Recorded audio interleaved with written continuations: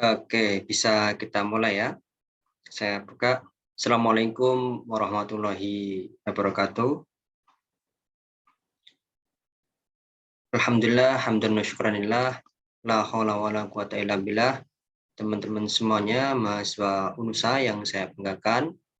Alhamdulillah di hari ini kita bisa bertemu melalui Zoom atau melalui Google Meet. Nah, mari kita awali pertemuan kita di kesempatan hari ini dengan berdoa. Semoga diberikan kelancaran, keberkahan, serta kemudahan. Berdoa dipersilakan.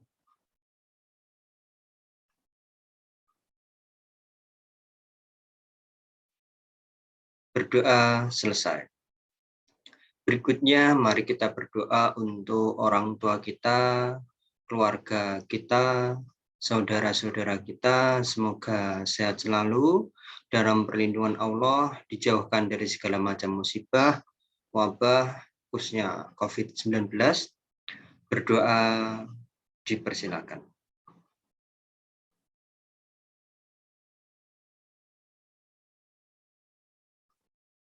Berdoa selesai. Baik, teman-teman semuanya, di kesempatan kali ini kita akan melanjutkan materi kewarganegaraan seperti yang sudah kita lakukan pada pertemuan sebelumnya. Sebelum saya melanjutkan pada pertemuan hari ini dengan tema identitas nasional, saya ingin sedikit menyinggung materi yang sudah kita bahas pada pertemuan sebelumnya. Nah, pada pertemuan sebelumnya kita sudah mengkaji, kita sudah mendiskusikan terkait dengan pengantar kewarganegaraan. Yang di situ kita sudah membahas terkait dengan muatan yang ada dalam materi kewarganegaraan. Kita juga sudah membedakan pengertian dari apa itu warga negara, citizen, kemudian apa itu keluarga negaraan, citizenship, dan apa itu pendidikan kewarganegaraan atau civic education atau citizenship education. Secara ringkas, kalau kewarganegaraan itu adalah seperangkat karakteristik dari warga negara.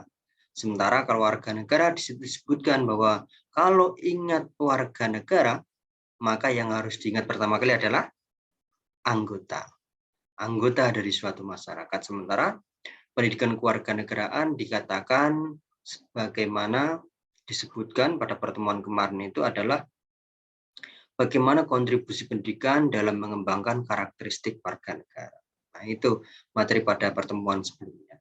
Kita juga sudah sedikit menyinggung terkait dengan bahwa warga negara itu nggak hanya soal anggota, kewarganegaraan itu tidak semata soal anggota, tetapi bagaimana masyarakat itu bisa berkontribusi dalam kehidupan berbangsa dan bernegara. Dan pendidikan kewarganegaraan memiliki misi dalam rangka mengembangkan warga negara atau menjadikan peserta didik supaya memiliki rasa kecintaan terhadap tanah. Nah, itu materi pada pertemuan sebelumnya. Nah, di pertemuan kali ini kita akan melanjutkan terkait dengan hakikat kewarganegaraan. Kita nanti akan mengenal terkait siapa sih warga negara itu. Apa perbedaan warga negara dengan penduduk? Apakah warga negara itu bisa pindah menjadi negara lain? Bagaimana caranya? Termasuk kita akan menyinggung juga terkait dengan identitas nasional. Baik, izinkan saya untuk share screen. Baik, teman-teman semuanya, kita pahami bersama bahwa kita ini adalah makhluk sosial. Artinya apa? Yang namanya makhluk sosial itu ya tidak bisa hidup tanpa orang lain. Atau dalam bahasa akademiknya kita kenal dengan istilah monodualis. Kita itu satu tapi dua. Nah, gampangannya gitu. Satu apa? Secara individu diri kita itu satu. Tapi dua itu kita tidak bisa hidup sendirian. Artinya kita membutuhkan orang lain dalam mencukupi kehidupan kita. Nah, bagaimana kalau dalam konteks berbangsa dan bernegara dalam lingkup warga negara? Karena di awal kita sebutkan bahwa warga negara itu adalah sebuah anggota.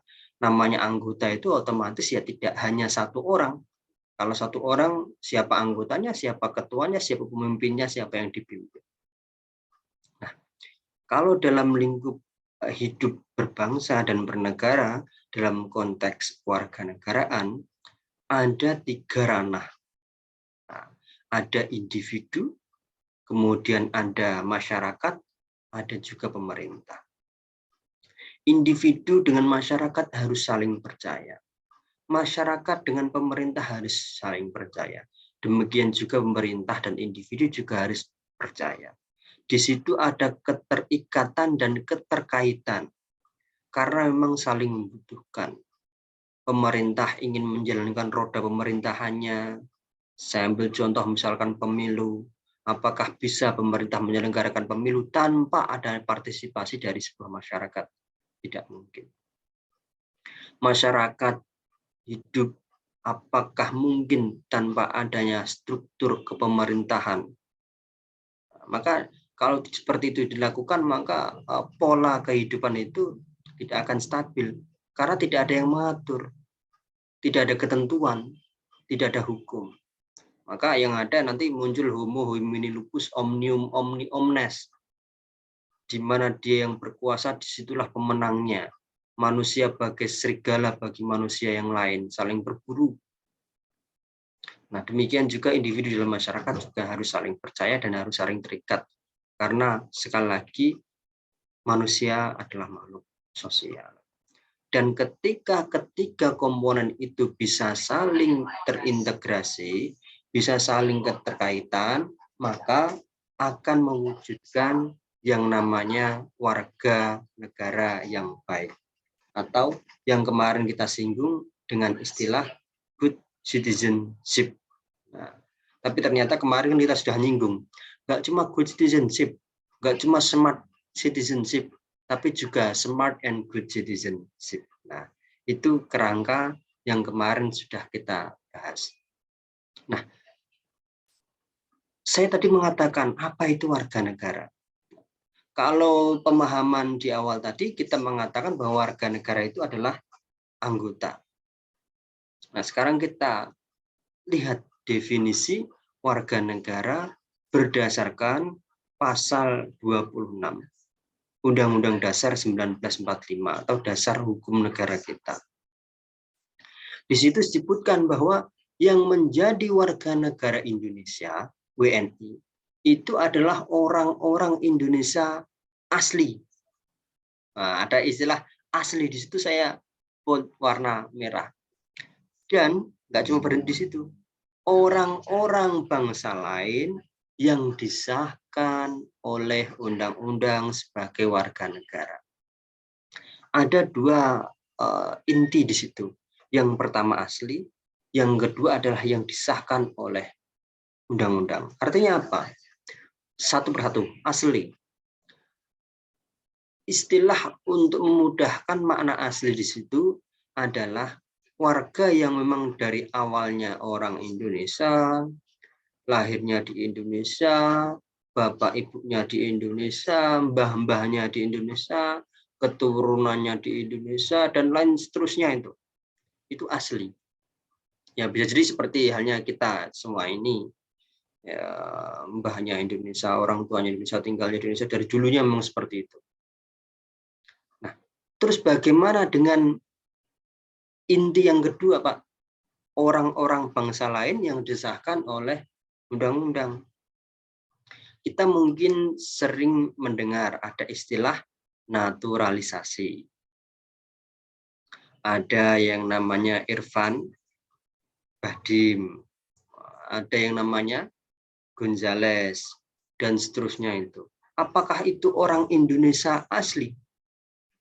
Ternyata kan enggak. Dia berasal dari negara lain, kemudian menjadi warga negara Indonesia. Nah, dari jalur sepak bola, karena yang lebih viral itu dari jalur sepak bola. dia itu memang bangsa lain, karena memang bukan lahir di Indonesia, bapak ibunya bukan Indonesia, mungkin bisa jadi punya keturunan orang Indonesia, tapi dia sudah disahkan oleh undang-undang. Pak, itu kan kalau digali memang dia ingin menjadi warga negara Indonesia, kemudian punya keturunan juga. Kalau tidak punya keturunan bagaimana, Pak? Yang penting disahkan oleh undang-undang.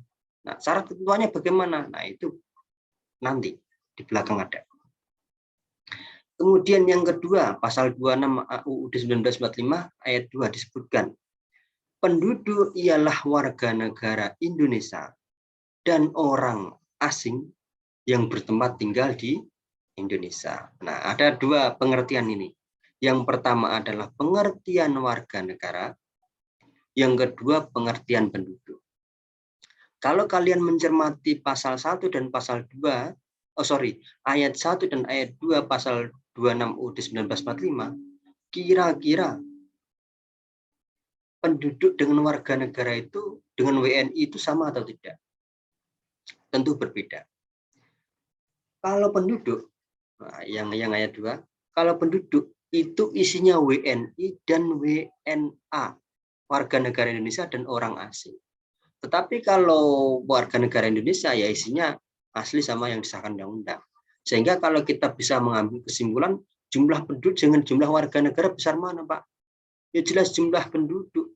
Karena penduduk itu isinya adalah WNI dan WNA. Nah, kayak gitu. Mudahnya kayak gitu. Ketika diimplementasikan seperti apa? Kayak gini. Kita atau saya misalkan, saya adalah orang Jawa Tengah. KTP saya KTP Jawa Tengah. Tapi saya tinggal di Jawa Timur, saya tinggal di Surabaya. Sehingga saya statusnya adalah penduduk di Surabaya. Kok bisa, Pak? Iya, karena saya warga Jawa Tengah, KTP saya Jawa Tengah. Maka saya penduduk Jawa Timur, penduduk Surabaya. Tapi saya warga Jawa Tengah. Karena saya orang asli Jawa Tengah. KTP saya disahkan Jawa Tengah. Maka saya adalah warga Jawa Tengah, tapi penduduk Jawa Timur. Karena saya tinggal di Jawa Timur. Di situ kan disebutkan yang bertempat tinggal di Indonesia. Nah, ini secara singkatnya saja, secara ringkasnya saja ini kita memaknainya.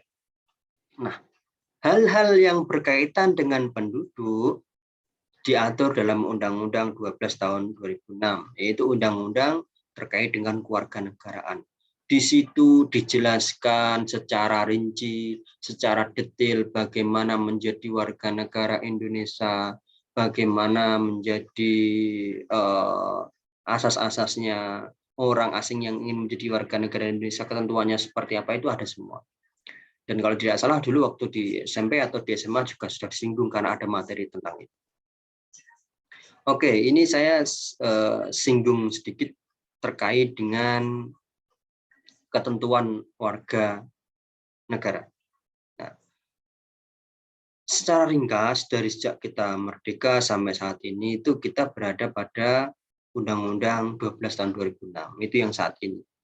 Apakah kemungkinan nanti diganti, Pak? Kan di situ sudah sampai 5 kali di amandemen atau diubah, diperbarui. Iya, perubahan itu menyesuaikan dengan kondisi masyarakat, menyesuaikan dengan kondisi bangsa. Apakah mungkin nanti 2022, 2023 diubah? Sangat memungkinkan sesuai dengan kondisi, sekali lagi, teman-teman. Oke, nah, saya next. Tentu teman-teman dulu pernah belajar ada yang namanya status kewarganegaraan. Kok saya bisa menjadi warga negara Indonesia itu ceritanya bagaimana, Pak? Apakah karena saya itu lahir di Indonesia? Apakah karena orang tuanya di Indonesia? Atau karena memang saya dulu didaftarkan menjadi warga negara Indonesia atau bagaimana? Dalam konteks dunia, kita mengenal dua asas. Nah, ini saya ungkap lagi dulu waktu SMA, saya yakin Anda. Ada yang namanya ius soli. Nah, ius soli, bukan usoli fardel maghribi atau fardel subuhi, ius soli. Ada juga ius sanguinis. Nah, ini perlu dicatat. Kalau ius soli, saya mulai dari ius soli. Catat ya.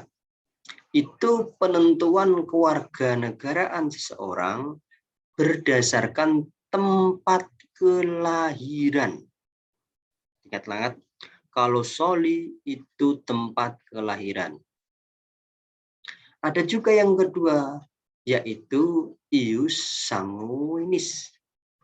Ius sanguinis itu penentuan kewarganegaraan seseorang berdasarkan keturunan. Ingat, sanguinis, keturunan, soli, lahir. Sanguinis, keturunan, soli, lahir. Nah, itu memudahkan. Artinya apa, Pak? Saya mulai dari soli. Di mana dia lahir, disitulah kewarganegaraannya. Intinya seperti itu. Tapi undang-undang nanti akan menjelaskan secara rinci. Dan itu berkaitan dengan masing-masing negara. Contoh, orang Argentina nikah dengan orang Argentina. Punya anak lahir di Brazil. Karena soli itu berdasarkan kelahiran, maka warga negara tersebut adalah warga negara mana? Nah, tadi dikatakan soli itu lahir, maka lahirnya di Brazil, warga negara Brazil. Lagi, orang Jamaika nikah dengan orang Jamaika. Anaknya lahir di Kanada, waktu itu lagi pergi gitu, atau lagi tinggal di sana, tapi KTP-nya atau paspornya dari Jamaika. Maka dia adalah warga negara Kanada. Intinya kayak gitu. Tapi tidak juga serta-merta 100% seperti itu, karena sekali lagi masing-masing negara itu punya kebijakan, punya undang-undang masing-masing. Tapi secara inti dari pengertian soli itu seperti demikian. Kalau sanguinis itu adalah penentuan kewarganegaraan seseorang berdasarkan keturunan. Contoh, orang Spanyol nikah dengan orang Spanyol, kemudian punya anak lahir di Korea Selatan. Lahir di Korea Selatan. Anaknya lahir di Korea Selatan. Maka warga negara mana? Ingat, baik Spanyol maupun Korea Selatan itu penganut sanguinis. Sanguinis itu adalah keturunan. Nah, meskipun anaknya lahir di Spanyol, tapi karena dia keturunan, meskipun anaknya lahir di Korea Selatan, tapi orang tuanya adalah orang tua atau keturunan dari Spanyol, maka status kewarganegaranya adalah kewarganegaraan Spanyol. Kok bisa, Pak? Iya, dilihat dari keturunannya atau orang tuanya. Lagi, ada orang Turki nikah dengan orang Turki. Turki nikah dengan orang Turki. Anaknya lahir di Inggris. Lahirnya di Inggris tapi keturunannya Turki. Maka bagaimana statusnya? Statusnya adalah warga negara Turki. Iya, karena keturunannya Turki.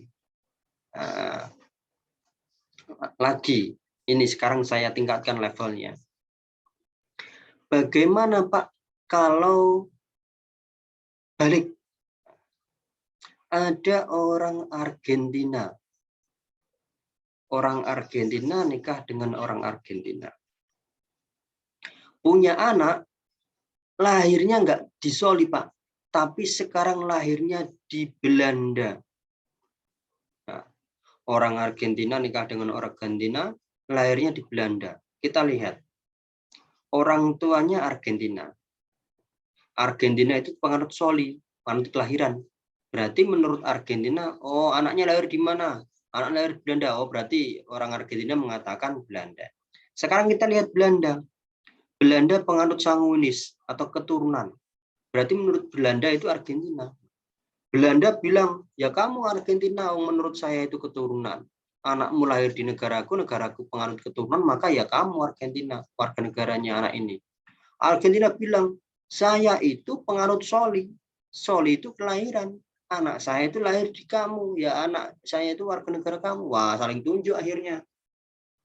Ketika terjadi hal demikian, status kewarganegaranya tidak ada yang mau mengaku, itu bagaimana? Dimasukkan lagi perut ibunya, Pak. Wah, kira apa ini? maka istilah yang dapat digunakan itu adalah apatrid atau tidak memiliki keluarga negaraan. Bisa ya Pak, statusnya, tapi nanti tetap bisa mendapatkan kewarganegaraan. Kalau kayak gini terus-teruskan, wah banyak orang yang nggak punya warga negara. Nah, maka orang tuanya bisa mendaftarkan sesuai dengan undang-undang yang berlaku, baik di negara Argentina maupun di negara Belanda. Ingat, yang kita pelajari saat ini masih kulitnya saja. Pengembangannya itu sesuai dengan ketentuan masing-masing undang-undang di negara tersebut. Paham ya? Kalau dibalik, Pak, ada orang Belanda, Pak. Kalau tadi kan orang tuanya Argentina, lahirnya di Belanda. Sekarang orang tuanya itu Belanda, Pak. Bapak ibunya Belanda. Kemudian entah bapak ibunya kerja di mana, kerja di Argentina selama beberapa tahun, tapi paspornya paspor Belanda. Anaknya lahir di Argentina. Sekarang dibalik. Orang Belanda, bapak ibunya, anaknya lahir di Argentina. Bagaimana? Kita cermati. Belanda penganut sanguinis. Sanguinis itu keturunan. Berarti anak tersebut keturunannya orang Belanda. Maka anak tersebut ya warga negara Belanda. Nah, itu menurut Belanda karena sanguinis. Menurut Argentina, anaknya lahir di Argentina. Argentina itu penganut soli atau kelahiran. Anaknya lahir di Argentina, ya warga negara Argentina. Jadi kalau di kasus yang kedua ini, Belanda mengakui karena memang keturunannya orang Belanda, Argentina juga mengakui karena memang lahirnya di Argentina. Loh, sekarang sama-sama mengakui. Kasus demikian ini namanya adalah bipatrid atau kewarganegaraan ganda. Bisa, Pak? Bisa. Sekarang masih ada, Pak? Masih banyak sekali. Orang bisa memiliki dua kewarganegaraan itu sudah hal yang wajar. Pernah kan ada itu si pengibar bendera Glory itu, kalau nggak salah namanya, itu juga punya kewarganegaraan ganda. Wah enak dong Mbak, dia sampai nanti tua punya dua kewarganegaraan, dapat dua tunjangan. Nah, kalau dalam ketentuan di Indonesia itu sampai pada dia berumur 17 tahun. Tapi kalau ketentuan di negara lain juga berbeda-beda. Tapi umumnya memang dia harus segera memilih status kewarganegaraan ketika sudah dianggap dewasa. Tetapi kalau masih kecil, masih bayi, masih balita, masih TK, itu boleh dia memanfaatkan bipatridnya. Itu gambaran teman-teman terkait dengan pengantar kewarganegaraan kita. Oke, sekarang saya close sementara dulu terkait dengan materi pengenalan kewarganegaraan. Nanti jika ada informasi yang ingin ditanyakan, teman-teman boleh tanya di sesi tanya jawab. Sekarang saya ingin masuk ke materi berikutnya terkait dengan materi identitas nasional. Oke, teman-teman semuanya. Setiap orang pasti punya ciri yang melekat di dalamnya. Kamu lihat, kok bisa kamu tahu itu laki-laki? Kok kamu bisa tahu kalau itu perempuan? Ya berbeda, Pak. Ya apa perbedaannya? Kalau laki-laki gini, Pak, dia rambutnya cenderung pendek, kemudian wajahnya sudah berbeda, Pak. Kalau perempuan rambutnya panjang, kalau dia berkerudung, itu juga perempuan. Perempuan pakai anting-anting dan seterusnya. Itu cirinya, Pak. Secara fisik badannya juga sudah berbeda. Itu kan ciri. Kamu tahu ini orang Eropa, orang Cina, orang Arab. Kamu tahu dari mana? Yang sudah berbeda, Pak. Kok berbeda? Karena kamu bisa tahu menyebutkan ciri-cirinya. Nah, yang kita pelajari saat ini itu bukan ciri-ciri fisik orang-orang masing-masing negara. Tapi yang kita pelajari saat ini adalah identitas nasional bangsa. Kalau dari gambar ini, meskipun saya tidak menunjukkan orang ini agamanya apa, kalian tentu bisa melihat, oh yang berbaju putih itu agama X, yang berbaju kuning itu agama Y, yang berkerudung itu agama Z, dan seterusnya. Nah, ada Hindu itu Pak, ada Buddha itu Pak, karena ini. ada Islam itu Pak, karena dia pakai kerudung. Nah, demikian juga ini teman-teman, pakaian adat. Oh, yang kanan itu Pak, kalau Pak karena pakai siger, itu Sunda mesti Pak. Nah, ya. Tengah, wah jelas itu Pak, Madura itu Pak. Nah, kalau ini yang kanan, nah, itu Aceh itu Pak, karena dia seperti ini, seperti ini. Itu identitas teman. Identitas itu mampu membedakan dengan yang lainnya. Identitas itu membedakan dengan yang lainnya, karena dia punya ciri tadi. Lalu bagaimana dengan identitas sebuah negara? Nah, kalau masing-masing daerah kita bisa pahami. Oh, yang kanan itu Papua. Oh, yang kiri itu Dayak. Lalu negara itu seperti apa? Apakah pakaiannya? Pakaiannya juga banyak atau apanya? Nah, kalau pakaian kita bisa lihat yang kanan itu Pak Guru, yang kiri itu Pak Polisi, yang tengah itu Pak Ustadz. Nah, kalau negara, nah, kita akan pahami dulu. Apa yang membedakan Indonesia dengan negara lain? Tentu yang membedakan itu adalah identitas nasionalnya. Apakah itu fisiknya atau apanya? Apa yang masuk identitas? Identitas itu bisa kita pahami secara sederhana ya, ciri khas yang melekat, yang membedakan dengan yang lain. Apa yang identitas nasional? Nasional ya bangsa kita. Berarti ciri khas yang melekat pada sebuah bangsa. Apa? Apa yang membedakan Indonesia dengan bangsa lain? Nah, kita pahami identitas nasional. Identitas nasional itu adalah jati diri bangsa.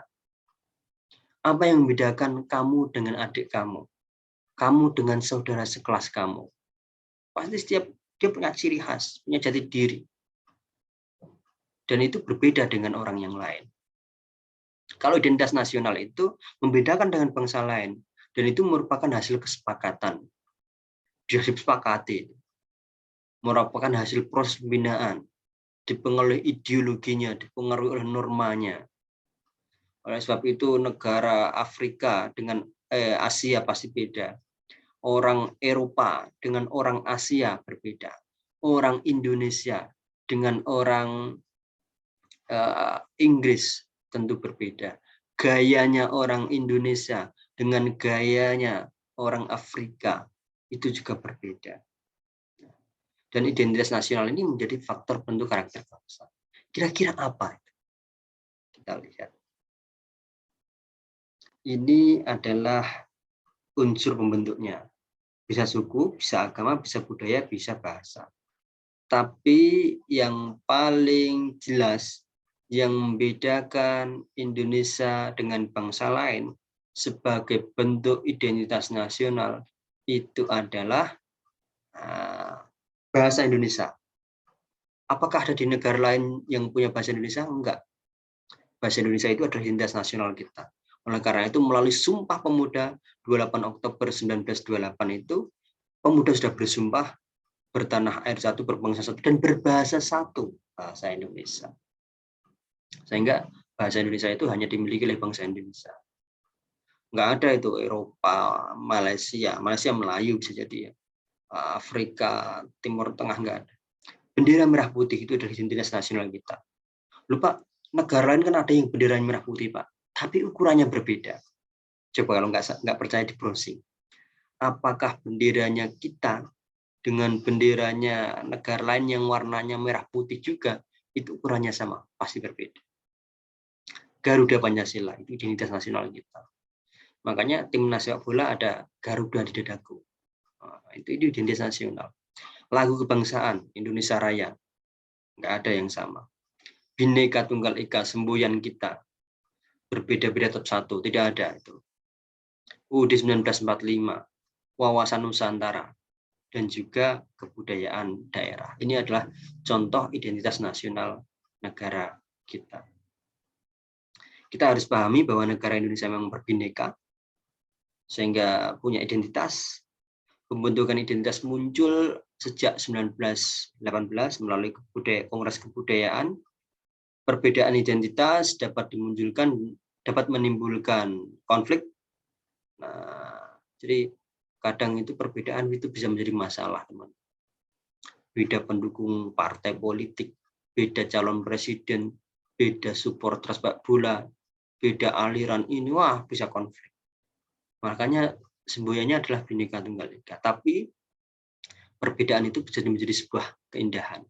Perbedaan bisa menjadi sebuah keindahan. Seperti halnya pelangi yang indah karena perbedaan warnanya. Nah, bangsa Indonesia relatif berhasil dalam membentuk identitas nasionalnya. Oleh karena itu, alhamdulillah, meskipun kita dari Sabang sampai Merauke dengan berbagai macam perbedaan, tapi alhamdulillah kita bisa bersatu di bawah NKRI. Karena itu semboyannya adalah NKRI harga mati. Dan seterusnya, teman-teman. Nah, materi-materi sudah saya share di link Insurogan. Kemudian saya share juga ada di buku itu secara lengkap, secara detail. Nanti teman-teman bisa mempelajari itu semua. Saya kira itu. Silahkan kalau teman-teman ada pertanyaan atau ada sesuatu yang ingin diskusikan, saya persilahkan untuk bisa ditanyakan. Silahkan.